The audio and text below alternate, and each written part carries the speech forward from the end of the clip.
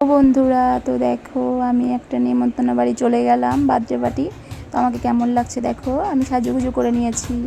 তো চলে আসলাম বার্থডে পার্টিতে। তো এবার এই দেখো গোপাল ভাঁড় দাঁড়িয়ে আছে সেজে। তো গোপাল ভাঁড় আমার সাথে আবার একটু ডান্স করলো, তো ওটা তোমাদের সাথে দেখাতে পারলাম না। তো এবার চলে যাব বার্থডে গার্লের কাছে। তো চলো দেখো বার্থডে গার্ল কী সুন্দর তার ঠাম্মির কোলে বসে আছে, দারুণ লাগছে না?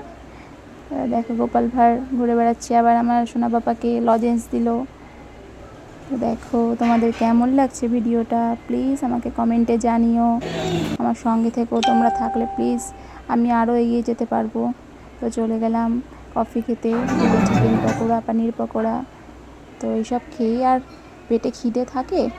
তো এবার দেখো আমি ফুচকা খেতে চলে গেলাম, 2-3টে ফুচকা খেলাম জাস্ট টেস্ট করার জন্য। এবার যাব খেতে, সবাই খাচ্ছে দেখো ফুচকা, তারপরে চলে যাব খেতে।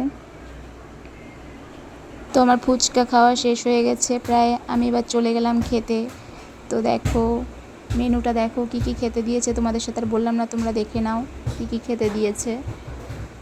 তারপরে কোথায় বসবো বুঝে পাচ্ছি না গরমে, একবার এটা পাল্টাই একবার ওটা পাল্টাই। তারপরে চলে আসলো খেতে দিল বেবি নান, তারপরে তার সঙ্গে দিল চিলি চিকেন, তারপরে চলে আসলো সাদা ভাত, ভেজ ডাল, চিপস, ভেটকি মাছের পাতুরি। তারপরে খুব সুন্দর হয়েছিল রান্নাবান্নাগুলো।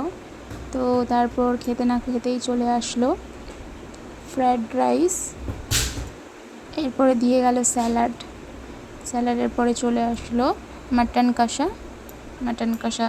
তো দিয়ে আমরা খেতে লাগলাম, খেতে খেতে তারপরে দিয়ে দিল মিষ্টি, তারপরে রসমালাই।